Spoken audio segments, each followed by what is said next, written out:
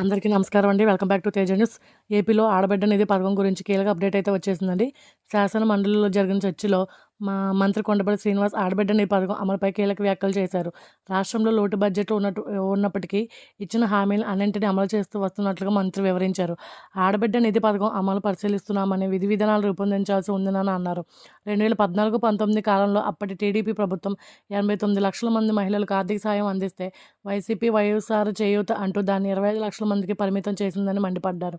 2024 Andhra Pradesh assembly ఎన్నికల సందర్భంగా TDP కూటమి సూపర్ 6 హామీల్లో పేరుతో ప్రజలకు వరాలు ఇచ్చిన సంగతి తెలిసిందే.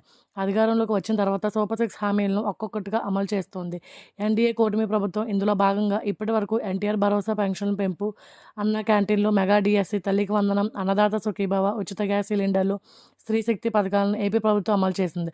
అయితే సూపర్ 6 పథకాలు అన్నింటిలో కీలకమైన ఆడబిడ్డ నిధి పథకం గురించి ఏపీలో మహిళలు ఆసక్తిగా ఎదురు చూస్తున్నారు.